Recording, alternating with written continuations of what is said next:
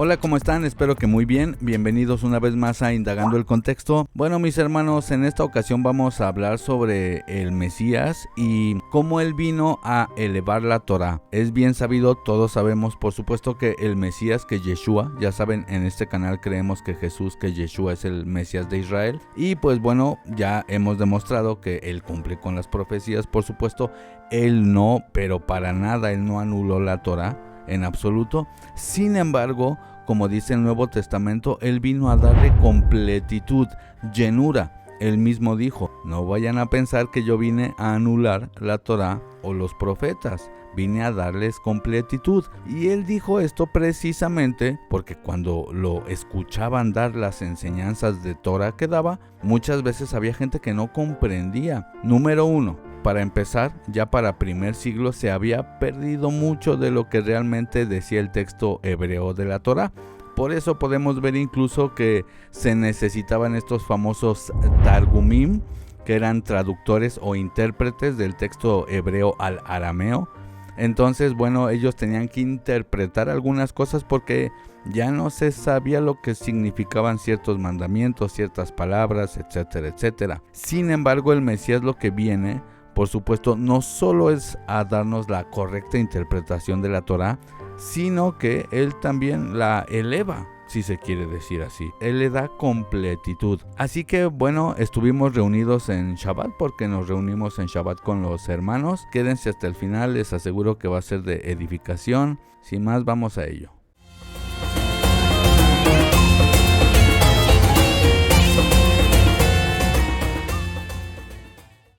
Les voy a compartir, hermanitos, algo que encontré, algo muy interesante, pero yo les quiero preguntar, hermanos. Yo les quiero preguntar una pregunta genuina. Si el Mesías cambia algo de la Torá, cuando vino, cambió algo de la Torá o modificó algo de la Torá, ¿está pecando o no está pecando? Es decir, el Mesías, si por algo transforma algo de la Torá, o cuando vino transformó algo de la Torá, ¿eso ya no lo haría Mesías? ¿Qué opinan, hermanos? Me gustaría saber qué piensan. Por ejemplo, Mateo 5, 38, 39. Escuchaste que fue dicho, ojo por ojo y diente por diente. Pero yo les digo, pero yo les explico, no resistan al que es malo. Antes, a cualquiera que hiera la mejilla derecha, vuélvele también la otra. Aquí la pregunta es, ¿está él cambiando la Torah? Porque, ojo, no dice, ustedes escucharon que fue dicho ojo por ojo y diente por diente. Yo les digo, el verdadero contexto del mandamiento es pagar lo justo después de que hiciste daño. No, no dijo eso. Dice algo distinto a lo que dice Éxodo 21, 24. Dice algo diferente a lo que dice Éxodo 21, 24. Es distinto, no es igual. Así es que, ojo, adelante, hermana. ¿Quién seguía, hermana Tatiana? Hermana Tatiana. Vamos a solucionar todo esto, así es que tranquilos. Ok. Adelante, hermanita Tatiana. Ya, buenas tardes, hermanos. La ley de ojo por ojo y diente por diente también estaba, no sé qué tan antigua, pero se dice que estaba en la piedra de Hammurabi.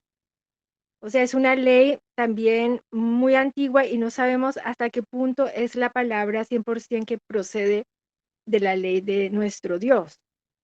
Entonces, bueno, son pequeñas cosas, pero sí hay cosas, por ejemplo, cuando era en cuanto a la herencia, que las hijas que quedaron sin padre querían también tomar parte de la herencia y lo habló con Moisés y él habló y sí dijo, sí, las hijas pueden heredar también.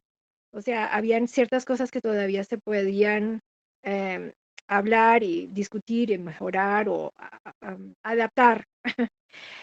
Sí, yo pienso que sí, que Yeshua, Jesús sí tiene el poder de no cambiar la palabra de nuestro Padre, porque yo pienso que Dios es tan maravilloso que su palabra es irrefutable, no cambia, Él es siempre igual y son leyes que son para siempre eternas y son maravillosas. Lo que sí puede cambiar es lo que hizo Yeshua, como lo que acabas de explicar, de mejorar, de entenderlo un poco más. pero yo pienso que sí hay un espacio para adaptar cosas. Es mi opinión. Gracias. Gracias, hermanita, muchas gracias. Fíjense que vamos a decir que sí está en la Torah el ojo por ojo. Y ojo, la Torah, que quede claro, no dice que le saques un ojo a alguien, no, sino que si tú cometías un daño, tenías que pagar lo justo por el daño que causaste. Por ejemplo, te saco un ojo o eres un trabajador mío y se te corta un dedo o la mano, pues yo te tengo que dar lo suficiente para saldar eso que te pasó. No significa que le tienes que cortar la mano. Ahora, aún así Jesús no dijo eso, aún así Jesús dijo, no dijo, ustedes escucharon que fue dicho ojo por ojo, diente por diente, pero yo les explico, si un día cometen daño, tienen que pagar lo justo, o si alguien les hace daño, ustedes tienen que exigir lo justo. Él no dijo eso, ¿verdad? Eso es lo que dice la Torá. Jesús no dijo eso, ¿verdad? Jesús dijo otra cosa. Jesús dijo, yo les explico, si alguien los hiere en una mejilla, pongan la otra mejilla. Es decir, está, muchos dicen, está elevando la Torah. Sí, si quieren llámenle elevando, pero está cambiando el concepto del mandamiento. Y aquí, claro, podemos, bueno, vamos a profundizar en todo esto. Vamos poco a poco. Pero, gracias, hermana, muchas gracias, porque como dice la hermana, ella entiende que sí hay un rango de posibilidad de que con el tiempo vayan cambiando ciertos conceptos, ciertas cosas, ¿verdad? Es lo que dice la hermana. A menos que queramos vivir como una aldea de hace 3.500 años en el desierto, ¿verdad que no? Pero vamos a ver cosas, repito, que les va a volar la cabeza, hermanitos, que dice el mismo judaísmo, ¿eh? No cristianos, van a ver, se van a sorprender. Adelante, hermano Pablo, bendiciones, hermano, un saludo, bendiciones. Buenas tardes. ¿Cuál es la pregunta? Disculpe, yo escuché que si el Mesías cambió algo de la Torah, algo así. Sí, la pregunta sería, mi hermanito, un gustazo verte por acá. La pregunta sería, Jesús, Yeshua, Jesús, ¿tendría la autoridad o él podría cambiar algo de la ley de Dios si quisiera o no? ¿O él tenía que venir y a rajatabla? O sea, la ley de Dios va a seguir igual eternamente. ¿O el Mesías sí podía cambiar cosas una vez que vino? Esa es la pregunta, porque hay gente que dice, no, la Torah es eterna, la Torah es para siempre, siendo que yo nunca he visto un versículo que diga eso en la Biblia hebrea, no dice eso, no existe, pero hay gente que dice que sí, es eterna. Otros dicen, no, cuando vino Jesús cambió cosas de la ley. Yo te pregunto, hermano, ¿tú crees que él podía hacer eso, cambiar cosas de la ley? Bueno, buenos días a todos. La verdad yo no mucho sé de escritura, solo lo he leído una sola vez, hace poquito, y voy a comentar lo que he entendido, ¿sí? Bueno, hay que entender, por lo que yo he entendido, ¿verdad? Claro, ustedes me pueden corregir si es así o no. Yo he entendido que el Mesías es la Torá hecha carne, ¿sí? La Dabar se hizo carne. Por lo tanto, si él cambia algo de la ley, por decirlo así, es decir, debe de contradecirse a sí mismo que posteriormente él estipuló, ¿no? Entonces, si él cambia algo, o lo que ustedes está citando ahorita sobre Mateo, posiblemente la comprensión de la raíz debe ser un poquito más profundo, porque de eso yo recuerdo que le dijo a Pedro, bueno, no sé si es Pedro, pero alguien, uno de sus discípulos sacó una espada y le cortó la oreja a un soldado, ¿no? Y le dice el Mesías, recuerda que al que espada mata, algo así, a espada muere. Está aplicando esa ley. Ahora bien, ¿nosotros podemos practicar esa ley? Yo digo que no, porque no somos jueces. Y por otro lado, yo he entendido que dice el Padre que la venganza es de Él. Es como aplicar esa ley, algo así lo he entendido yo. Pero que el Mesías venga a cambiar la Torah como tal, pues habría que examinar un poquito en sí qué es lo que dice Marcos, creo que citó, ¿verdad? O Mateo. Gracias, hermano, por esa opinión, esa perspectiva. Ahorita vamos a ver todo eso, hermanos. Vamos a ver todo eso. Hermano Denis, adelante, hermanito.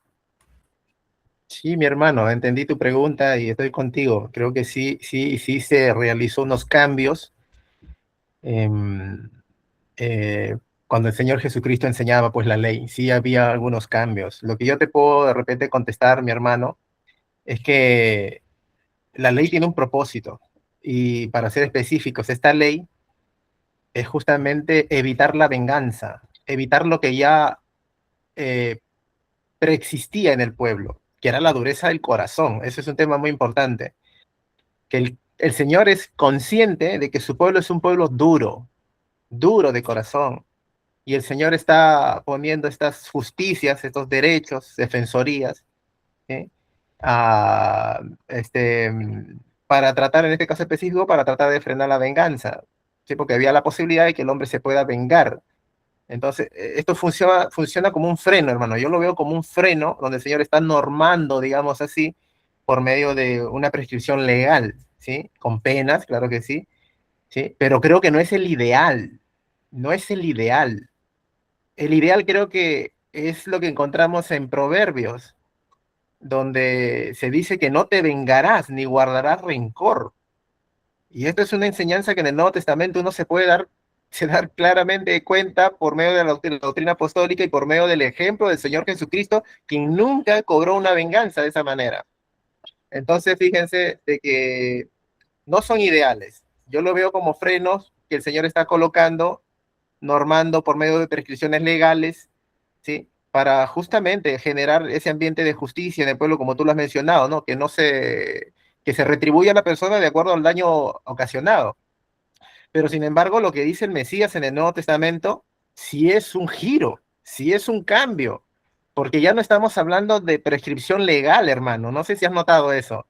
El Mesías cuando interpreta el ojo por ojo, él dice, bueno, ok, está correcto en el marco legal allá de Moisés, no pasa nada, porque ellos conocen el contexto del Antiguo Testamento, sabían la dureza del corazón. Sin embargo, dentro ya de la enseñanza del Mesías, como aquel que ha venido a traer el conocimiento del Creador, el que eleva la conciencia del ser humano, creo que el cambio que él hace ya no tiene que ver en un marco legal, sino un marco ético-moral, donde la Torah tiene que ser interiorizada, ¿sí? Para que ahora nosotros podamos vivir bajo esa nueva conciencia en el Creador, ¿sí? Y eso es lo que yo veo, sí hay un giro, sí hay un cambio de lo meramente legal, o sea, normado por algo externo que me tenga que decir a mí si estoy correcto o no estoy correcto, con algo que tiene que ser interiorizado a la luz de la enseñanza y a la luz de la contemplación de Dios, pero por medio de él, de elevar la conciencia, pero algo ya ético-moral. Es algo, yo lo veo así, mi hermano Ricardo. Amén, hermano. Gracias, hermano. Excelente aporte y es correcto. Vamos, no quiero decir cosas porque vamos a leerlo más adelante, pero es correcto, hermano. Amén, amén a lo que dijiste, hermanito. Hermana Valentina, adelante, y después la hermana Noelia. Adelante, hermana Valentina. Shalom a todos. Bueno, lo que yo pienso es que desde un principio siempre estuvo señalado en lo que iba a terminar la ley. Para mí es un claro ejemplo que, por ejemplo, cuando Moisés le pidió que el Señor le mostrara su camino, le dice, déjame primero conocer tu camino. Y el Padre pues ahí le responde que él va a estar siempre con él, que sus fases irán delante de él, pero luego vuelve y le insiste, entonces como que déjame ver tu gloria, como que está ahí siempre insistiendo y al final le muestra la postrimería, que fue lo que éramos con el hermano Ricardo la vez pasada. Yo pienso que desde ahí ya está diciendo todo, que la Torá fue de manera simbólica la manera pedagógica que el Padre utilizó para enseñarle a las personas en lo que terminaría la ley.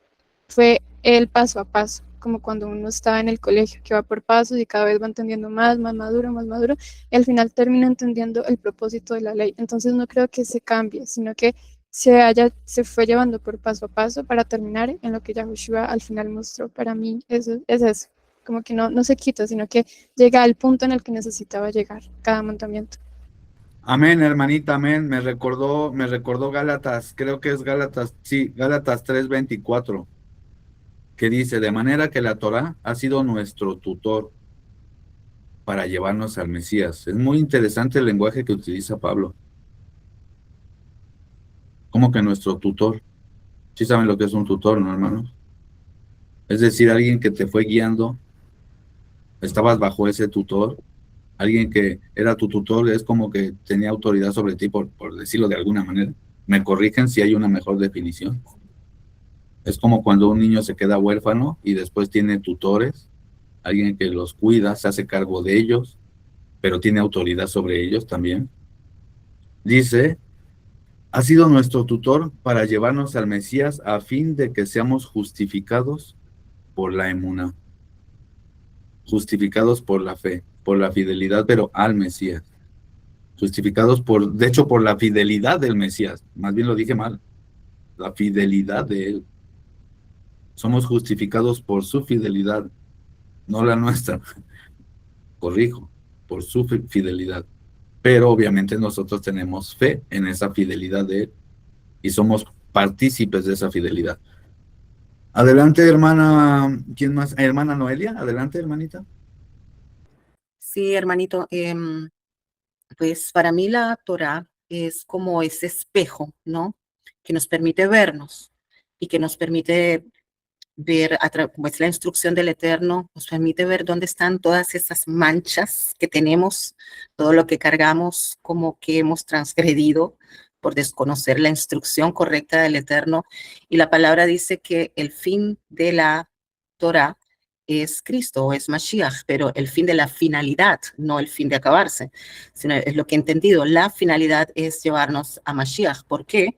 Porque el único que nos puede quitar esa mancha es la sangre de Mashiach, el sacrificio. Entonces la finalidad es llevarnos a Yeshua. Por eso él, siendo la Torah viviente, está en toda y completa autoridad de completar y darnos la correcta interpretación de ella. ¿Por qué lo digo? Porque no sé si tal vez tenga algo que ver con lo que hemos aprendido aquí, hermanito, con respecto, o no sé si tenga conexión con respecto a la palabra olam también, que no es algo, digamos, ciertos estatutos o ciertas cosas puestas allí por el Eterno no son de carácter de para siempre, de por la eternidad, sino por un tiempo oculto. ¿Hasta cuándo? Bueno, hasta que venga el Mesías. ¿Por qué? Porque él ya lo completa todo y tal vez no como un cambio de que sea un cambio de otra cosa, que sí tiene la autoridad de hacerlo, sino como a completar algo y que se vea tal vez como un cambio.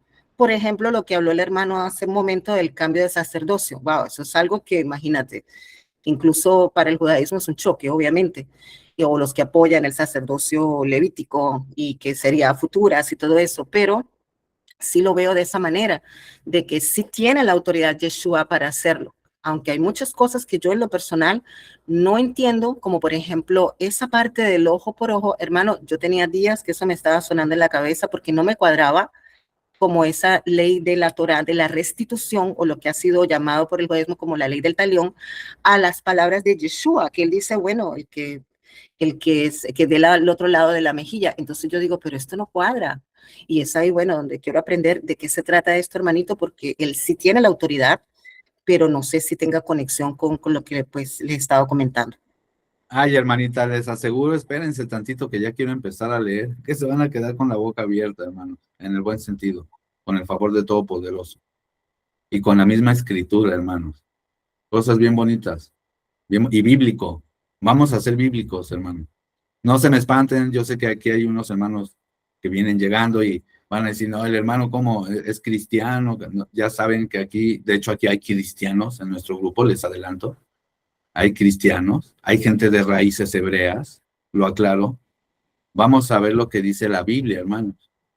Porque, claro, no vino a anular la Torah Jesús, claro que no, pero aquí esa no es la pregunta no es si él vino a anular algo, a ver, más bien él vino a darle completitud, llenura, y repito, ¿tendrá él la autoridad de cambiar cosas o no la tendrá? ¿Podrá? ¿No podrá?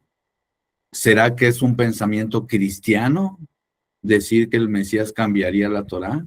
¿O también hay judíos que piensan eso? Adelante, hermano Aarón, y luego Dan, y luego ya hacemos un poco de lectura si no hay nadie más. Aarón y Dan, un poco de lectura y Ya. volvemos a abrir micro. Sí, hermano. Que ahora puedo hablar bien porque al principio como que quedé los primeros. No había entendido muy bien la pregunta, pero ya ahora entendí. Si lo vemos de esa forma, de que si él vino a cambiar, sí cambió, porque primero que todo, como decía, el soberano puede hacer lo que él quiera, dentro de sus parámetros, obviamente. Pero si usted se fija, usted mismo lo nombró, yo estaba leyendo Gálatas también, que la ley fue un tutor, porque la ley fue dada para el pueblo de Israel en la tierra prometida, o sea, en Canaán. Para ese fin, mientras llegaba el Mesías, era para que se condujeran, para que estuvieran mientras tanto llegaba el Mesías. Una vez llegando al Mesías, el tutor que tenían ya cambia. De hecho, si usted se fija, los que son judíos o israelitas ya no son por etnia, sino por ¿cómo se llama? De los dos pueblos hizo uno en espíritu, es lo que dice Pablo.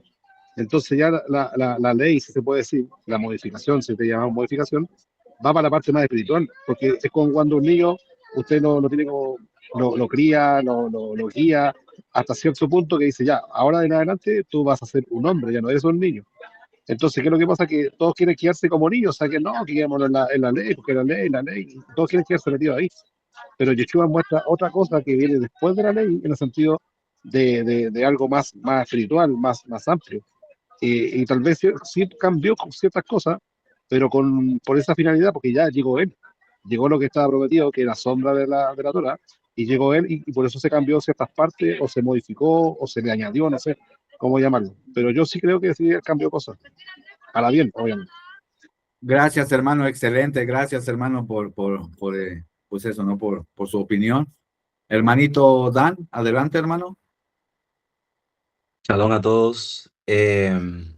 Bueno, yo quería aportar, era simplemente que, por ejemplo, con respondiendo a la pregunta que usted hizo, hermano Ricardo, yo digo que sí, tendría la autoridad de cambiarla, porque, por ejemplo, que yo desconozca, no veo, o sea, no encontré un texto de que el Mesías no podía hacer eso. Al contrario, creo que Isaías 42:4 dice, y las costas esperarán su ley. Y está hablando ahí sabemos que eso es mesiánico, no sé si me equivoco. Entonces, digo que sí, tendría la autoridad y creo que Jesucristo también está haciendo como una regulación, no sé si me malinterpreto, es como un arreglo de las cosas que ya no eran moralmente permitidas en la época, como por ejemplo ya los sacrificios en los tiempos ya, cuando fueron avanzando, ya no se veía moralmente bien. Entonces, lo que Cristo está haciendo no es invalidando la ley, sino es dándole como el sentido espiritual que todo creyente debería de vivir. Eso creo que es mi opinión y eso es lo que hizo Jesucristo. Digo que Jesucristo no cambió nada, lo que pasa es que, por ejemplo, cuando dice ojo por ojo, diente por diente, Jesús dice, no me acuerdo, creo que dice, no resistáis al que es malo. Me corrigen si no es así. Entonces, lo que Cristo está diciendo es que hay algo que uno tiene que dejar que ya sea el Señor, que sea obrando conforme a su justicia. A veces cuando nosotros queremos llevar la justicia en nuestras manos, Jesucristo lo que está haciendo es como dándole una mejor interpretación y sentido espiritual a la Torah. Eso es lo que tenía que aportar. Gracias, hermano. Muchas gracias, hermanito. Vi que estaba la hermana Sabrina. Gracias, hermano Dan. Gracias. Y excelente verso el que dijo el hermano. Lo vamos a leer. Lo vamos a leer más adelante, pero es muy buen verso. Las costas esperarán su ley. Adelante, hermano. ¿Quién más está? Bueno, vi a Sabrina. ¿Está por ahí, hermanita? Bendiciones. Y después el hermano Pablo. Hola, bendiciones, hermanito. No, simplemente iba, algo muy parecido a lo que decía la hermana Valentina y el hermano Aarón, era que yo estaba pensando que, claro, que el Señor nos corrige como niños, ¿no? Y cuando uno ha sido niño o tiene hijos, uno los corrige muy diferente cuando son niños a cuando ya son adolescentes o adultos. ¿Ya? Y por ejemplo, también con respecto a cuando él dice sobre acerca del divorcio, dijo y se les dijo, pero esto se les dijo a causa de la dureza de vuestro corazón, pero yo les digo, entonces dice otra cosa, ¿no? Entonces pienso que ahí también modificó un poco las cosas, pero era porque era o en otro tiempo, no sé. Entonces, como es una manera como de corregir, ya diferente, ¿no? Van cambiando como las correcciones. Ya cuando somos niños nos corrigen de una manera y ya cuando somos adolescentes o adultos ya las correcciones van a ser diferentes o en forma de consejos. Ya no tanto con castigos, algo así como cuando éramos niños, sino que ya ahora van a ser diferentes. Gracias, hermanita, gracias. Claro, comprendo. De hecho, es interesante porque él dice al principio no fue así y claramente está haciendo alusión a pues Adán y Eva, ¿no? Es muy interesante porque también vemos que el apóstol Pablo, de hecho, cuando utiliza en la carta a los Efesios esta figura literaria matrimonial para referirse al Mesías y a la iglesia, justamente, literalmente está citando Génesis, la historia de Adán y Eva. Entonces, ya lo he dicho antes, es como que el Mesías de hecho lo dice literalmente, dice el apóstol Pablo que él es el segundo Adán, para que se entienda. El Adán que da vida, el espíritu vivificante. Entonces, él literalmente es como que nos quiere transportar a las ideas primordiales, ¿no? Del jardín del Edén. Muy bonito todo esto. A ver, vamos a dar lectura a algunas cosas y vamos a ver todo esto, mis amados hermanos. Claro que sí. Fíjense, quiero antes que ustedes lean esto que les voy a mostrar, hermanos. Por ejemplo, les voy a citar varios tratados que están en el Talmud, en la Mishnah, en los Midrashim, más específicamente en los Midrash judíos. Esto es de la página judía de Sefaria. Ojo, hermanos. Y dice Shirim Sutá 5.2. En el momento de la revelación mesiánica, Elías traerá a Sefer Hayashar. Cuando llegue el Mesías, Elías transmitirá el texto completo y pristino, cuyo contenido coincide con el eón de remendimiento. Ojo, está como diciendo que el Mesías va a traer revelación de la Torá que empata con los eones mismos, con las eras mismas. Fíjense lo que dice este texto, Rambam sobre Deuteronomio 36:1. Y el eterno Dios circuncidará tu corazón. Es por esto que los rabinos han dicho, si alguien viene a purificarse, le ayudan desde lo alto. El versículo te asegura que volverás a él con todo tu corazón y que él te ayudará. Este siguiente tema es muy evidente en las escrituras. Desde la época de la creación, el hombre ha tenido el poder de hacer lo que quisiere, de ser justo o malvado. Esta concesión del libre albedrío se aplica igualmente a todo el periodo de la Torá, a todo el periodo de la Torá. Atención a este lenguaje, para que la gente pueda obtener mérito al elegir el bien y el castigo por preferir el mal. Pero en los días del Mesías, la elección de su bien será genuino.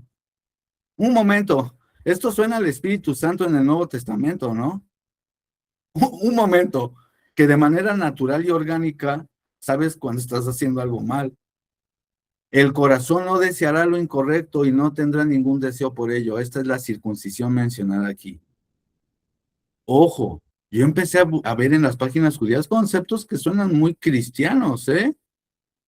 Dice, ningún deseo por ello. Esta es la circuncisión mencionada aquí porque la lujuria y el deseo son el prepucio del corazón y la circuncisión del corazón significa que no codiciará ni deseará el mal. El hombre volverá en ese momento a lo que era antes del pecado de Adán, cuando por su naturaleza hizo lo que debía hacerse correctamente y no había deseos contradictorios en su voluntad, y etcétera, etcétera.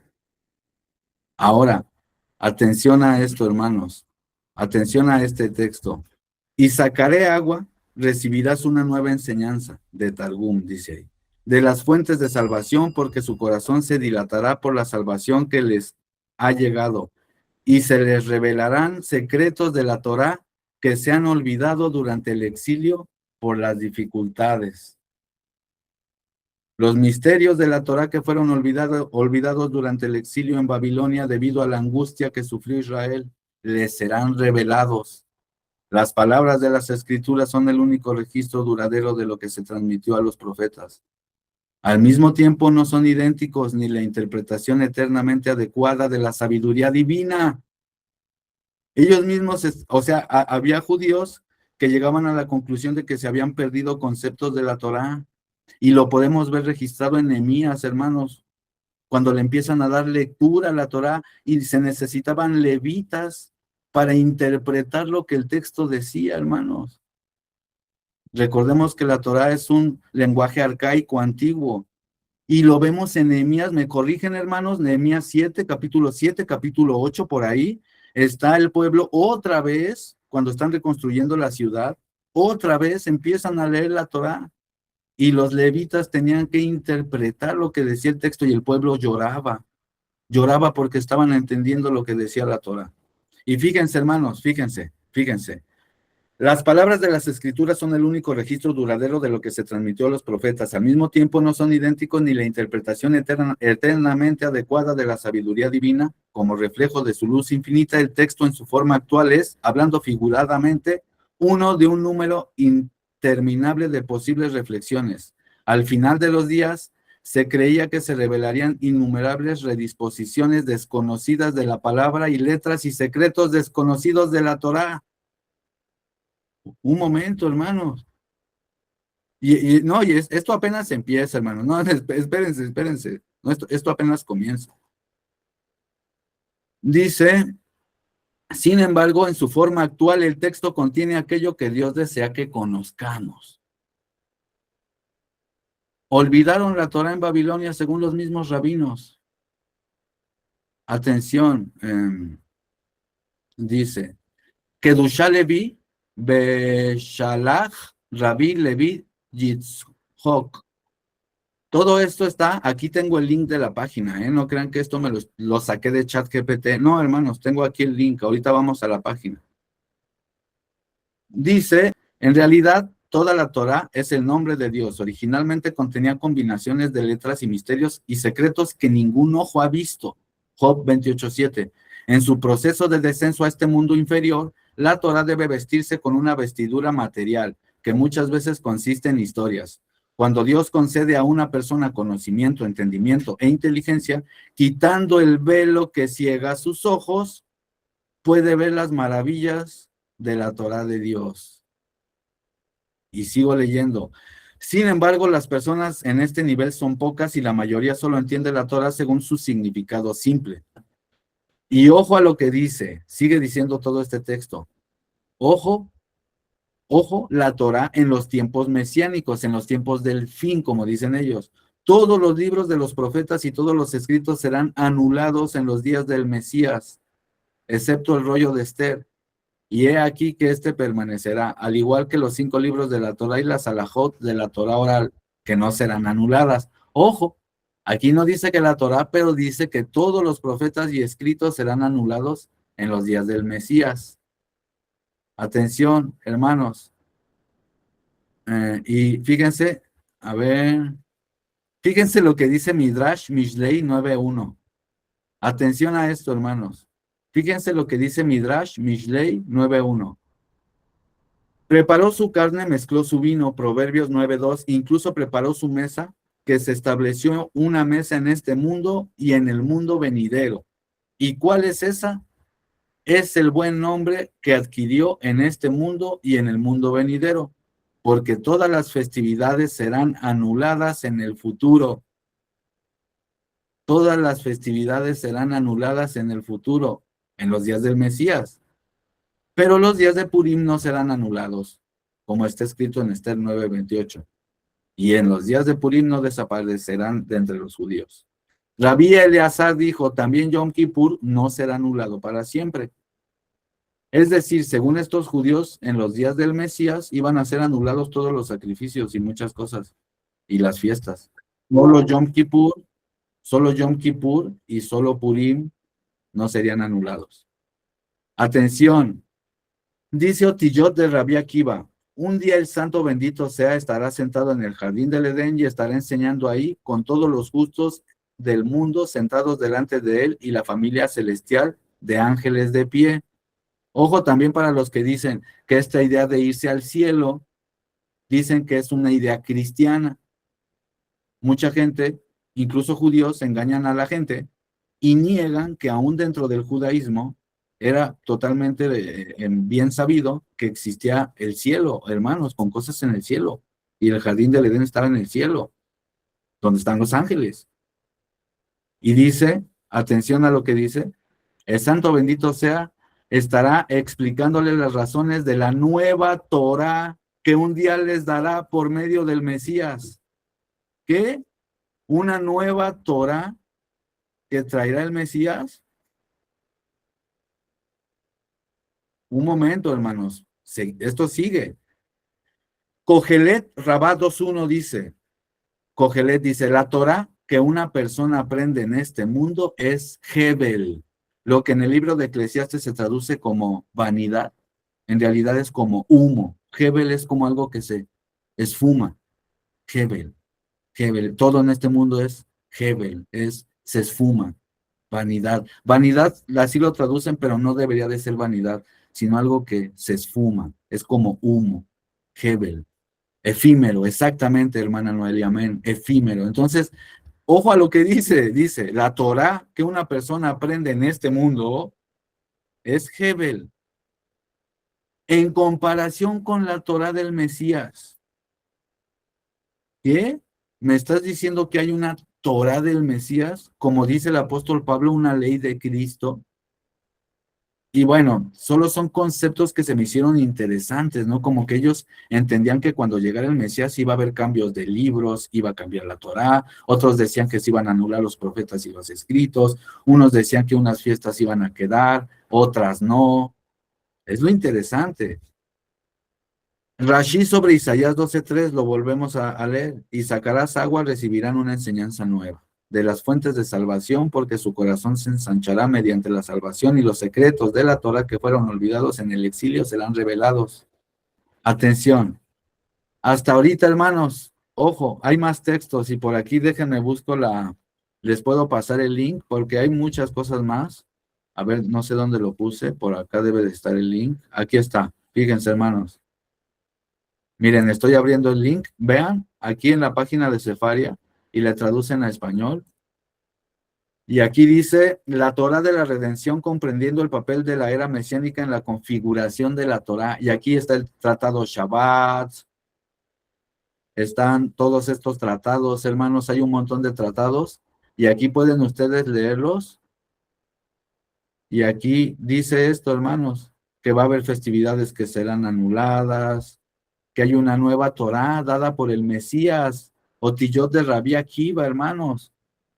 Midrashot 2.367. Estos son los números que me aparecen aquí. Dice, el bendito santo les expondrá las razones de la nueva Torá que algún día les dará por medio del Mesías. ¿Se entiende? Esto es la página de Sefaria, una página judía, hermanos. Ahora, les voy a dar la palabra, hermanitos. Les voy a dar la palabra, pero antes de darles la palabra, vamos a ver la Torá que sale de Sion, la ley que sale de Sion, y vamos a ver cómo el rey Ezequías, de hecho, hizo algo contrario a la Torá, y Dios no se enojó. Dios, de hecho, se gozó. Y uno podría decir, un momento, el rey Ezequías hizo algo contrario a la Torá, y Dios no se enojó, sino que se gozó. Un rey terrenal sí puede modificar algo, o no modificar de la Torá algo, pero hacer algo contrario a lo que ordena la Torá, y Dios no se enojó. Está bien interesante este caso del rey Ezequías, porque uno dice, ok, si el rey Ezequías puede hacer eso, ¿por qué el Hijo de Dios, al cual se le da toda la autoridad, según Daniel capítulo 7, versículo 13 y 14, que dice que se le da todo reino, autoridad y poder, y algunos de hecho dicen que es el mismo Elohim? Entonces, ¿por qué no el mismo Elohim, si se le pega la gana, cuando quiere, puede cambiar lo que quiera y hacer lo que quiera? Porque si un simple rey como el rey Ezequías contradijo la Torá, o agregó algo a la Torá, o hizo algo contrario al mandamiento de la Torá, y Dios se plació de ello porque lo hizo de buen corazón, ¿por qué entonces Jesús no podía cambiar cosas? ¿Me explico? Ahora, lo que dice el hermano, ya les doy la palabra, pero no me gusta que se queden con duda algunos hermanitos como Pablo. Por supuesto que uno dice, claro, pero es que en la Torá dice, no se puede agregar cosas, no se puede quitar cosas. El asunto, hermano, es que la misma Torá, hermano, desde el texto hebreo, apunta al Mesías. Ese es el asunto. Los sacrificios, las profecías, por ejemplo, de Deuteronomio 31, 32 y 33, el juicio, el cántico de Moisés de juicio que está en la Torá, en Deuteronomio, el cántico de Moisés de juicio a Jerusalén, donde serían destruidos por apartarse de su Dios y despreciar la roca, ojo, la roca. Ese mismo juicio tenía que ser porque era una profecía, hermano, porque en Zacarías y en los profetas, que es donde se revela la figura, entre comillas, mesiánica, no en la Torah como tal, porque cuando el Mesías en primer siglo dice que Moisés escribió de mí o la Torah apunta a mí, en primer siglo no se entendía como los primeros 5 libros.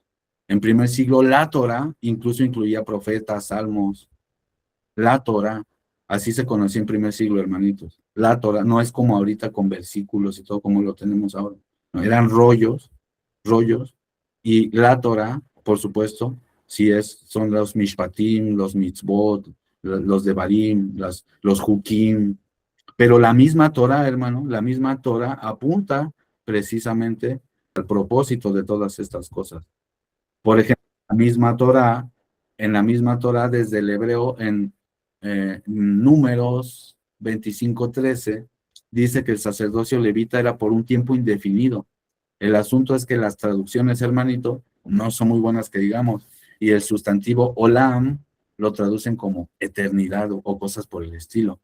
Precisamente la Torah, hermano, apuntaba al Mesías, porque si somos, digamos, realistas, sí dice incluso la carta a los hebreos que hay un cambio de Torah, y tiene sentido, hermanos, porque si va a seguir todo exactamente igual, si los sacrificios tendrían que seguir igual, pues como lo dice la carta a los hebreos, pues qué necesidad tiene o de qué serviría haber profetizado sobre un nuevo sacerdocio. Porque según Isaías 61, 6 me parece, o 8, y según Éxodo 19 se promete que toda la nación de Israel serían sacerdotes, no nada más los levitas. Y luego en el Salmo 110. Entonces, el Midrash, o lo que hace la carta a los hebreos, el Pesher, porque es puro Pesher la carta a los hebreos, lo que nos dice la carta a los hebreos es, a ver, razonan, leen los textos del Antiguo Testamento, del Tanaj, y dicen, un momento, ¿para qué el Creador profetiza un sacerdocio según la orden de Melquisedec? O sea, ¿qué caso tiene que siga entonces el sacerdocio levita? No tiene ningún sentido. Claro, la sangre de los animales no nos purifica en realidad. O sea, es algo más grande que eso, ¿no? Y en la misma carta a los Hebreos, en el capítulo 9, verso 8, dice que el Espíritu Santo da a entender que mientras estuviera el tabernáculo de pie, aún no estaba libre el acceso al lugar santísimo. Ahora, ¿por qué es importante todo esto? Porque si se destruye el templo, automáticamente queda atrás ya el sacerdocio levita, como lo dice la carta de los Hebreos. Y si queda el sacerdocio levita atrás, hay un cambio de Torah. Hay un cambio de conceptos también. El Mesías trae una Torah, no digo que contradiga la Torah de Moisés, que quede claro, ¿no? Pero sí es la ley del Mesías, la Torah del Mesías. Adelante, hermana Laura, adelante, y ya leemos un poquito lo que tengo aquí escrito. Bendiciones, hermano. Bueno, justamente iba a comentar acerca de lo que acaba de decir de Hebreos, ¿verdad? Es que claramente lo dice la Escritura y yo lo entiendo de esta forma, corríjame si estoy mal, pero ¿qué caso tendría entonces el sacrificio de Yeshua si no va a haber ningún cambio, si todo va a seguir igual? O sea, ¿cuál sería el propósito del sacrificio que hizo nuestro Redentor si al final de cuentas vamos a seguir dependiendo de lo mismo para poder ser perdonados o ser redimidos de esos pecados y sobre todo para poder alcanzar esa salvación eterna? Ahora, por ejemplo, en el lugar en donde yo asisto, se tiene la creencia de que la Torá fue creada para que cuando vivamos aquí en la tierra cumplamos esos mandamientos. Sin embargo, bueno, mi postura es un tanto distinta a eso. Yo creo que si bien es cierto tenemos o debemos de cumplir los mandamientos, o sea, procurar guardar nuestra vida conforme a la base que es la Torah, pero que sí hubo un cambio, o sea, desde que el Mesías llegó a esta tierra, podemos ver que hubo un cambio, porque la misma escritura más adelante lo señala.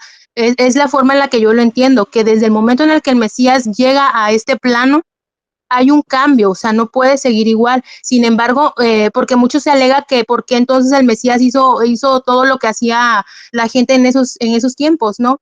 Pero pues era precisamente por lo que usted acaba de comentar, porque el templo todavía estaba, aun cuando la presencia del Señor ya no estaba en ese lugar, era como que dar el ejemplo de cumplir, porque se tenía que hacer hasta que el templo estuviera. Sin embargo, ese es el propósito por el cual el Mesías fue enviado, sino cuál sería pues la razón de ser de ese sacrificio.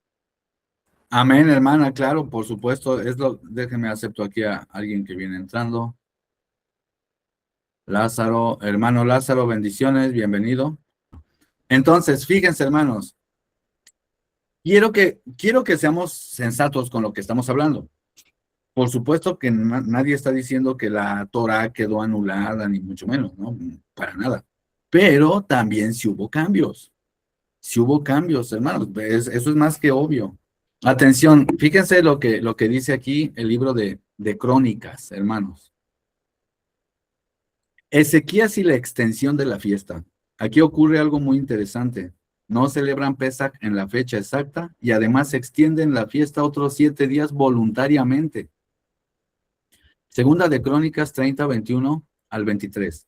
Así los hijos de Israel que estaban en Jerusalén celebraron la fiesta de los panes sin levadura por 7 días con gran gozo y glorificaban a Yahvé todos los días los levitas y los sacerdotes cantando con instrumentos resonantes a Adonai.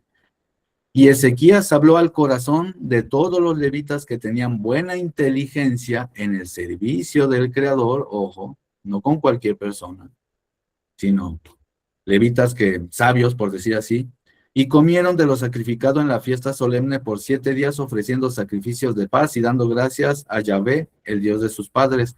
Y toda aquella asamblea, congregación, determinó que celebraran la fiesta por otros 7 días, y la celebraron otros 7 días con alegría. Un momento, pero el mandamiento no dice eso. El mandamiento, ¿qué dice en la Torah, hermanos? ¿Qué dice en la Torah?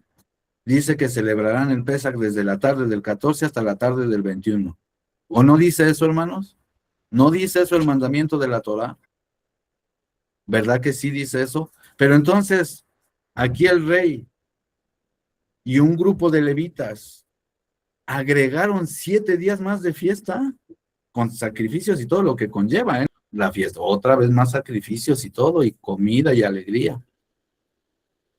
En Éxodo 12:15 la Torah establece 7 días, no 14. Aquí la decisión es voluntaria, deliberadamente juntos se organizaron y dijeron que la celebramos otros 7 días. ¿Qué hubiera pasado si Jesús en el Nuevo Testamento, qué hubiera pasado? Pónganse a pensar, si Jesús en el Nuevo Testamento hubiera hecho lo mismo. ¿Qué hubiera pasado si Jesús en el Nuevo Testamento dice, pues ahora vamos a celebrar otros 7 días? Créame que habría un montón de videos de gente diciendo, mírenlo, no conoce la Torá, no le importó la Torá. Atención, mi pregunta es una pregunta retórica. Si Ezequías hace una extensión de la fiesta y no hay ningún problema, de hecho, miren, segunda de Crónicas 30, 18 al 20 dice, porque una multitud del pueblo no se habían purificado y comieron el Pesaj no conforme a lo que está escrito. Mas Ezequías oró por ellos diciendo, Yahvé que es bueno, sea propicio a todo aquel que ha preparado su corazón para buscar a Dios, aunque no esté purificado según los ritos del santuario. O sea, estaban haciendo cosas, de hecho, sin la purificación correcta. ¿Y qué pasó? ¿Qué pasó? ¿Qué pasó? Escuchó Yahvé a Ezequías y sanó al pueblo. Segunda de Crónicas 30, 26. Hubo entonces gran alegría en Jerusalén, porque desde los días de Salomón, hijo de David, rey de Israel, no había habido cosa semejante en Jerusalén. El texto no solo no condena lo que hicieron, sino que exalta el evento. Ezequías no abolió la Torá, ¿verdad, hermanos? Pero sí hizo un cambio, flexibilizó su aplicación, añadió cosas que no están escritas. Daniel 7, 13 y 14, ¿qué dice, hermanos? Sobre la autoridad del Hijo del Hombre. Miraba yo en la visión de la noche, y he aquí con las nubes del cielo veía uno como Hijo del Hombre, y le fue dado dominio, gloria y reino. Su dominio es eterno, que nunca pasará, y su reino uno que no será destruido. Se le da dominio, reino. Mateo 28, 18 dice, toda autoridad me ha sido dada en el cielo y en la tierra. ¿Cómo que toda autoridad? Hasta donde yo sé, por ejemplo, no sé, hermanos, no sé, corríjanme. Si, por ejemplo, está un presidente de un país y dice, le doy toda la autoridad a mi hijo, toda la autoridad y dominio del país, todo. Y si su hijo dice, ok, voy a hacer unas reformas, ¿su papá le puede decir que no? No, porque ya le dio la autoridad. Esas reformas van de acuerdo a la justicia. Me explico, no reformas que van en contra de Dios, sino incluso reformas aún más, aún mejores, por decir así, ¿no? Pero si ya se le dio la autoridad, no hay, o sea, puede hacer, y aparte si decimos que Jesús es el mismo Elohim, ahora dice aquí los ejemplos que les decía, lo de ojo por ojo.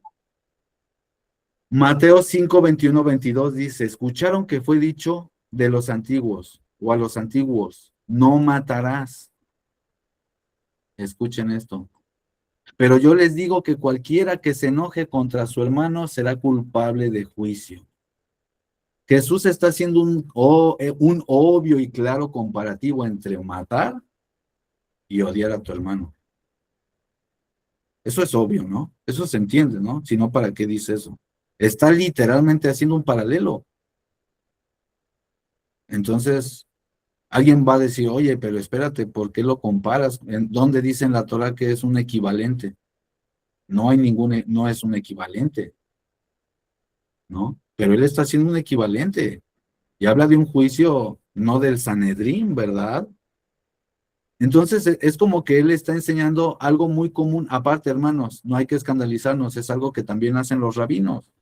Están viendo a un judío haciendo midrashim, pesher, de la Torah. Ahora, no es cualquier judío, es el Hijo de Dios, hermanos, ¿me explico? Entonces, dice aquí, atención, porque dice Isaías 2, 2 y 3, acontecerá en los postreros tiempos a Harit Hayamim, porque de Sión saldrá la Torah y de Jerusalén la palabra del Creador. Hermanos, sabemos quién es la palabra según el Nuevo Testamento. ¿Quién es el Logos? Jesús. Y dice que de Sión sale la Torah, no de Sinaí, de Sión. ¿Por qué creen que había judíos que llegaban a la conclusión que en los días mesiánicos el Mesías traería una nueva Torah? Dice aquí, hermanos, que de Sión saldrá una Torah y de Jerusalén la palabra de Adonai. Y se repite el mismo patrón en Miqueas 4:2.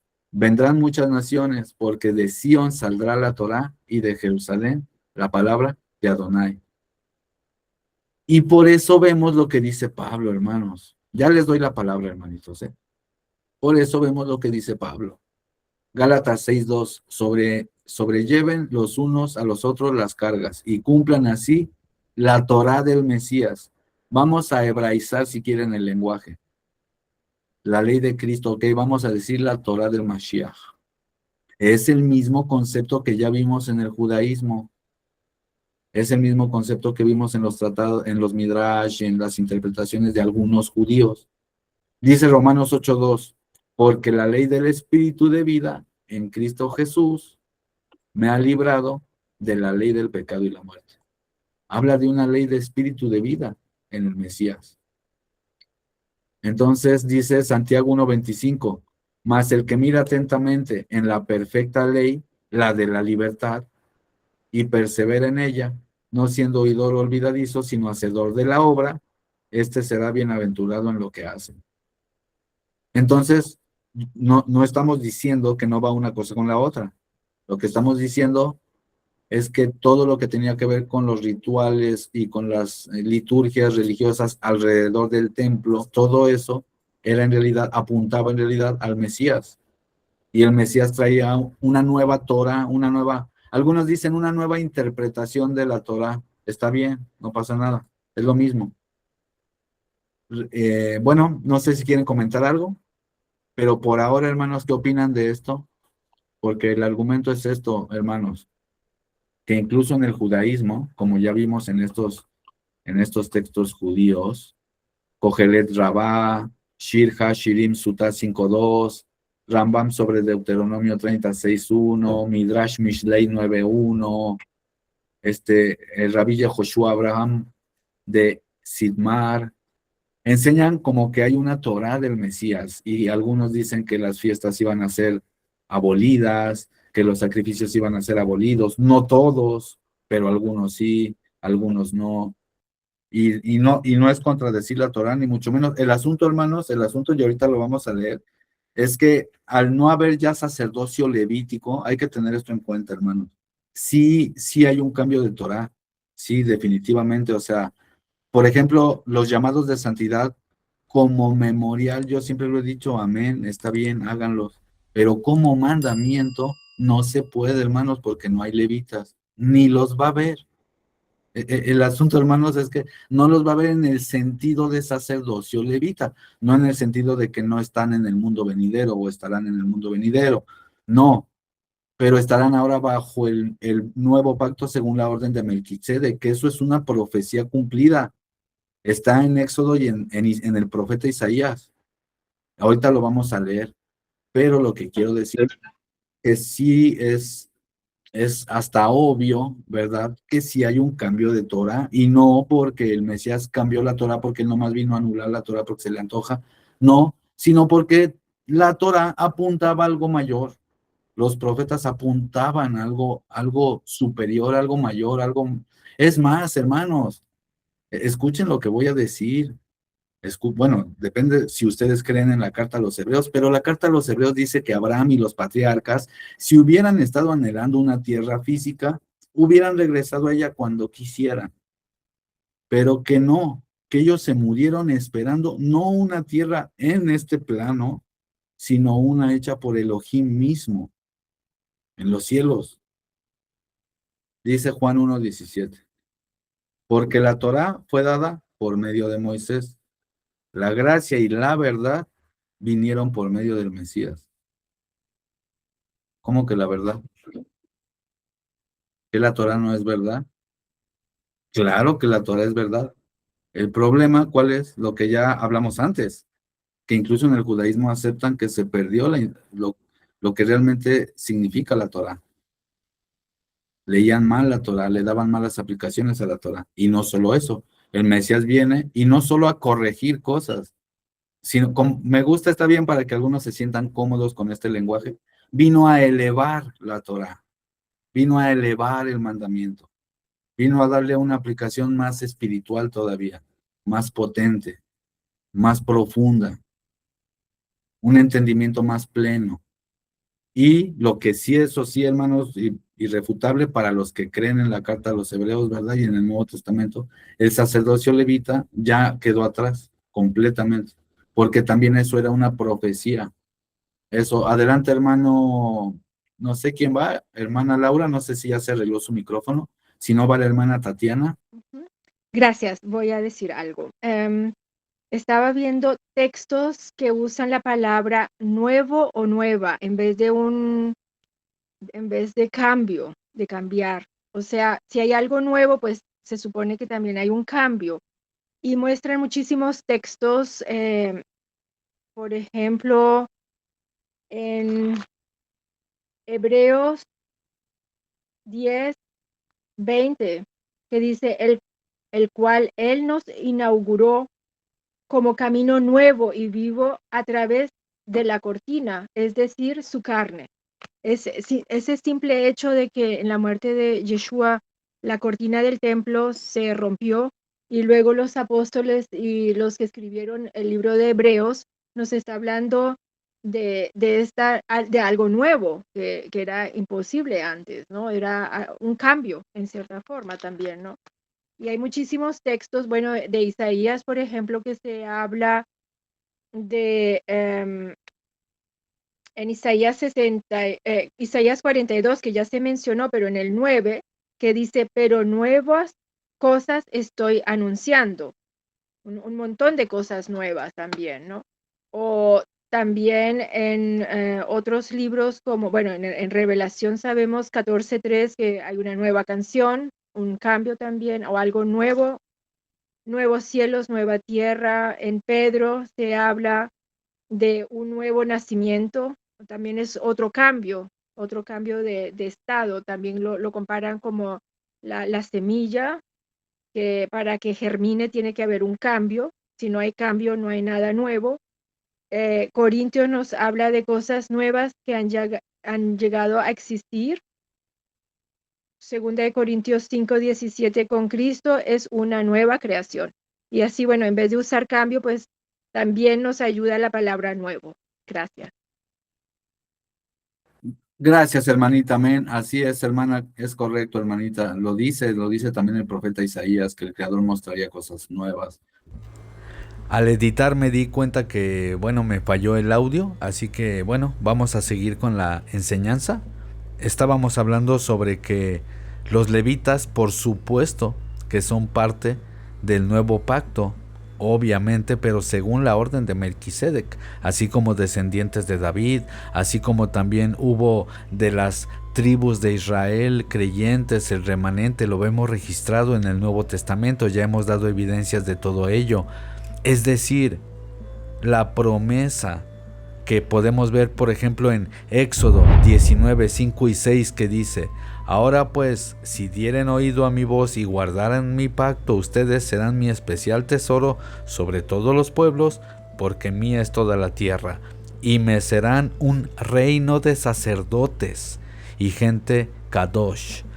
Entonces, esto sabemos que es una profecía que podemos ver, por supuesto, reafirmada en el profeta Isaías 61:6, que dice: y ustedes serán llamados sacerdotes de Yod-Heh-Vav-Heh, ministros de nuestro Dios serán llamados. Comerán las riquezas de las naciones y con su gloria serán sublimes. Atención, porque aquí está hablando de todo Israel, no nada más de los levitas. Entonces, obviamente, por pura lógica, ¿cómo es que van a ser una nación de sacerdotes? Si se supone que solo los levitas son sacerdotes, ¿cómo es que las 12 tribus van a ser un reino de sacerdotes? Y todavía encima gentiles, que son parte de la promesa. No tiene sentido si son hijos de Leví nada más. ¿Cómo se resuelve esto? Bueno, lo vemos en el Salmo 110, 1 al 4, que dice: dijo Yod-Heh-Vav-Heh, mi soberano, siéntate a mi derecha hasta que ponga a tus enemigos por estrado de tus pies. Yod-Heh-Vav-Heh enviará desde Sión la vara de tu poder. Recuerden, esta vara, este Joter, esta vara que vemos en Isaías 11. Esta vara también que vemos, que este cetro que tiene Shiloh, que es decir, en Génesis 49, versículo 10, vemos que hay una profecía que dice que Judá tendrá el cetro hasta que venga Shiloh, porque él es la vara, él tiene la autoridad. Eso significa en la cultura hebrea, hermanos, significa autoridad. Entonces aquí dice: siéntate a mi derecha hasta que ponga a tus enemigos por estrado de tus pies. Yod-Heh-Vav-Heh enviará desde Sión la vara de tu poder. Domina en medio de tus enemigos. Tu pueblo se te ofrecerá voluntariamente en el día de tu poder, en la hermosura de la santidad. Desde el seno de la aurora tienes tú el rocío de tu juventud. Juró Yod-Heh-Vav-Heh y no se arrepentirá. Tú eres sacerdote por tiempos remotos según el orden de Melquisedec. Entonces, aquí está diciendo que el Creador promete, obviamente esto es mesiánico, esto indudablemente es mesiánico, y le promete a este Mesías un sacerdocio según la orden de Melquisedec. Entonces, mis hermanos, esto se conecta con lo que leímos en Éxodo, en Isaías, y lo vemos cumplido en el Nuevo Testamento, hermanos. la carta a los Hebreos capítulo 7 versículo 11 y 12 que dice: si pues la perfección fuera por el sacerdocio levítico, porque bajo él recibió el pueblo la Torá. Recordemos también, hermanos, que había una Torá específica para los levitas. Cuando nosotros decimos que hay un cambio de Torá, no estamos diciendo que la Torá quedó anulada, ni mucho menos. Hay que tomar en cuenta que había mandamientos que eran específicos para los levitas. Entonces, había una Torá, como dice Levítico capítulo 6, versículo 9, y otros textos más. Podemos ver que había una Torá para los levitas, pero obviamente va ligada una cosa con la otra. Entonces aquí dice, repito, si pues la perfección fuera por el sacerdocio levítico, porque bajo él recibió el pueblo la Torá, ¿qué necesidad habría aún de que se levantase otro sacerdote según el orden de Melquisedec, y que no fuera llamado según el orden de Aarón? Porque cambiado el sacerdocio es necesario que haya un cambio de Torá. Hebreos 7, 18 y 19. Queda pues abrogado el mandamiento anterior a causa de su debilidad e ineficacia. Esto es irrefutable. Aquí está hablando, por supuesto, cuando leemos el contexto de la carta a los Hebreos, el contexto está hablando del tabernáculo, de los levitas, todo lo que tiene que ver con el Mishkan, con todos estos rituales de pureza, impureza, etcétera, etcétera. Y podemos ver que queda abrogado, que era débil. ¿Por qué? Porque representaba algo superior, es decir, era un símbolo, una tipología, eran figuras, eran enigmas, hidot en hebreo. Ya hemos explicado que el Creador habla a través de enigmas a los profetas, a través de visiones y también a través de figuras, de semejanzas. Ya lo hemos explicado en este canal. Entonces aquí dice, pues nada perfeccionó la Torá, y de la instrucción de una mejor esperanza por la cual nos acercamos al Creador. Entonces vemos obviamente que a Yeshua se le da este título de sumo sacerdote según la orden de Melquisedec.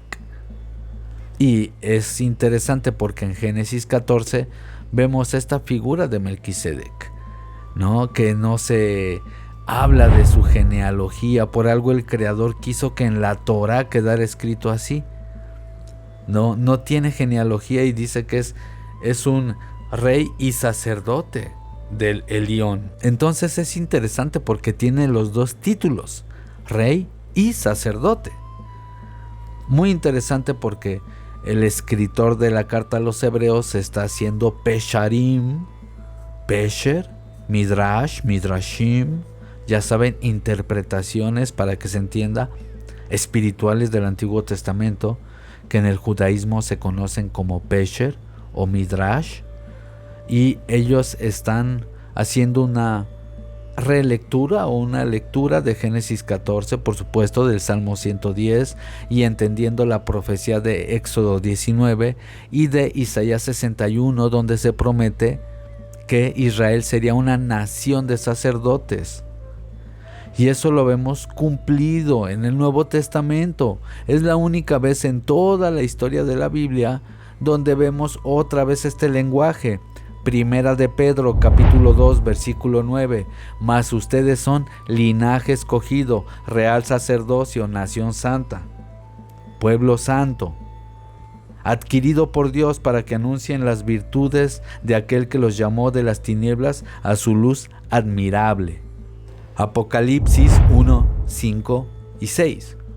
Y de Yehoshua, de Jesucristo, el testigo fiel, el primogénito de los muertos y el soberano de los reyes de la tierra, al que nos amó y nos lavó de nuestros pecados con su sangre, y nos hizo reyes y sacerdotes para Dios, su Padre. A él sea la gloria e imperio por los siglos de los siglos. Amén.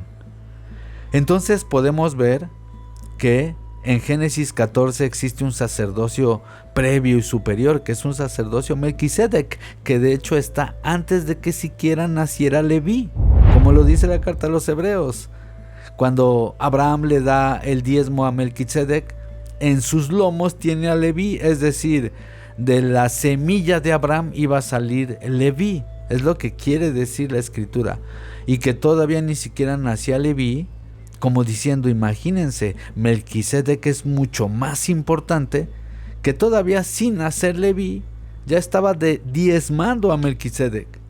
Leví estaba diezmando a Melquisedec a través de Abraham. Eso está en la carta a los Hebreos. Es muy interesante, hermanos. Lo que quiere hacer el escritor de la carta a los Hebreos es dejarnos ver la importancia que tiene este sacerdocio según la orden de Melquisedec, siendo superior por mucho a la orden de Aarón. Porque los sacrificios de los animales, a pesar de que en su momento fueron importantes, no estamos diciendo que no, por supuesto, pero entendemos que solo eso era una sombra de las cosas realmente celestiales, espirituales, duraderas, venideras. Y cuando digo espirituales, recordemos que para los hebreos, en la cultura semítica, el reino de los cielos es espiritual, pero sí hay cosas físicas, solo que son de otros componentes, para que se entienda, como dice el apóstol Pablo. Hay carne terrenal, carne celestial, para que se entienda, ¿verdad? Entonces es muy interesante porque, para ir cerrando, hermanos, podemos ver que el Mesías no solo cumple con las profecías mesiánicas y nos da una correcta interpretación de la Torá, sino que nos enseña también cosas nuevas y estaba profetizado. Como por ejemplo lo dice Isaías 42:9. He aquí, se cumplieron las cosas primeras y yo anuncio cosas nuevas. Antes que salgan a la luz, yo las haré saber. Isaías 43:18-19. No os acordaréis de las cosas pasadas, ni traigáis a memoria las cosas antiguas. He aquí yo hago cosa nueva, pronto saldrá la luz. ¿No la conocerán? Otra vez abriré camino en el desierto y ríos en la soledad. Esto es profético, hermanos. Por eso el apóstol Pablo, siendo un erudito en la ley, en la Torá, dice en 1 Corintios capítulo 2, verso 9 y 10, antes bien, como está escrito, cosas que ojo no vio, ni oído oyó, ni han subido en corazón de hombre, son las que Elohim ha preparado para los que le aman. Pero Elohim nos las reveló a nosotros por el Ruach, por el Espíritu. 1 Corintios 2:7, mas hablamos sabiduría de Elohim en misterio, mysterion, la sabiduría oculta, la cual Elohim predestinó antes de los siglos para nuestra gloria. Colosenses 1:26 y 27. El misterio que había estado oculto desde los siglos y edades, pero que ahora ha sido manifestado a sus santos, a quienes Elohim quiso dar a conocer las riquezas de la gloria de este misterio, hermanos. Efesios 3, 4 y 5. Leyendo lo cual podéis entender cuál sea mi conocimiento en el misterio del Mesías, misterio que en otras generaciones no se dio a conocer a los hijos de los hombres, como ahora es revelado. Efesios 3:9, y de aclarar a todos cuál sea la dispensación del misterio escondido desde los siglos en Elohim. Esto es tremendo, hermanos. Dice Mateo 13:11, porque a ustedes les es dado saber los misterios del reino de los cielos, mas a ellos no les es dado. Mateo 13:35, abriré en parábolas mi boca, en mashal, declararé cosas escondidas desde la fundación del mundo. Hermanos. Romanos 16:25, según la revelación del misterio que se ha mantenido oculto desde los tiempos eternos, pero que ha sido manifestado ahora. Entonces, para cerrar, hermanos, porque hay mucho más por decir, mucho más, pero para ir cerrando podemos leer Hebreos capítulo 10, verso 1. Porque la Torá, teniendo la sombra de los bienes venideros, no la imagen misma de las cosas, nunca puede hacer perfectos a los que se acercan. Está hablando de sacrificios, del Mishkan. Tengámoslo eso en cuenta, hermanos. Hay que saber diferenciar las cosas, porque por supuesto los principios morales, espirituales que están en la Torá son mandamiento, por supuesto, amén, son para observarlo en la tierra, amén, para eso son los mandamientos de la Torá, por supuesto en su correcto contexto, ¿verdad? Pero no hay que confundirnos, hay muchas otras cosas que no se pueden exigir como mandamiento porque no hay templo, no hay sacerdocio levita, no estamos en las tierras de Canaán, etcétera, etcétera. Y bueno, sí lleva su tiempo de estudio, ¿verdad? Para ir, digamos, discerniendo todas estas cosas. Por supuesto, lleva su tiempito, hermanos. Sin embargo, sí se puede, sí se puede. Entonces, podemos leer que la escritura misma deja claro que la revelación divina nunca fue diseñada para ser leída como una crónica hiperliteral, sino como un sistema pedagógico de mediación. Desde el principio, el Creador establece que su comunicación con los profetas ocurre en un nivel indirecto, simbólico y enigmático. Y el Mesías obviamente viene a enseñarnos, a mostrarnos esos códigos ocultos que estaban en la Torá. El Mesías vino a elevar la Torá, a enseñar perlas ocultas desde antes de la fundación del mundo.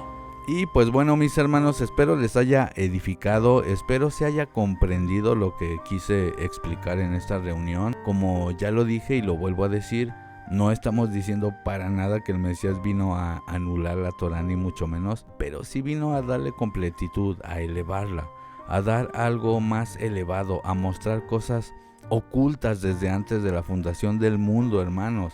Es decir, la Torá no solo tiene cosas codificadas que apuntan al Mesías, a Yeshua, sino que también se profetizaron cosas nuevas, como dijeron los profetas. Y el mismo apóstol Pablo entendía eso, y el mismo Jesús, obviamente, Yeshua, él sabía eso. Por eso él tenía la autoridad de revelar cosas nuevas, cosas ocultas. Si no, ¿qué sentido tiene, hermanos, que venga el Mesías si todo va a seguir exactamente igual? Y los sacrificios van a ser iguales y todo igual, ¿no? Con unos pequeños cambios, pero todo igual. No tiene sentido. Él vino a revelar cosas muy profundas, a enseñar perlas, mis hermanos. Y hay que tener los oídos bien abiertos, los oídos espirituales, para poder entender todas esas parábolas y por supuesto vivir en santidad, mis hermanos, que es lo más importante.